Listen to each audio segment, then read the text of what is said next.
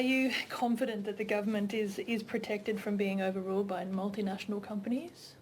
Absolutely. I mean, well, I'm not sure in what area you're talking about. With IP, there is no change to our IP laws, right?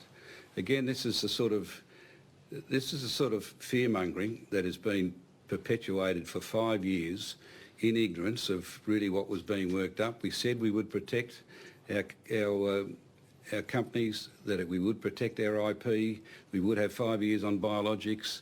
They all assumed because we were at 5 and the US was at 12, we'd have to meet somewhere in the middle, and that would be a real gotcha moment. They would get us, you know, and then make all sorts of rash claims about what it would do to our health costs. Well, the fact of the matter is, you know, we stuck it out. And in fact, 2.5 days of the last 5 days of negotiation was just myself and the US representative negotiating over this point. And we have still got 5 years, right? And we've got exactly the same system we had going into this whole exercise.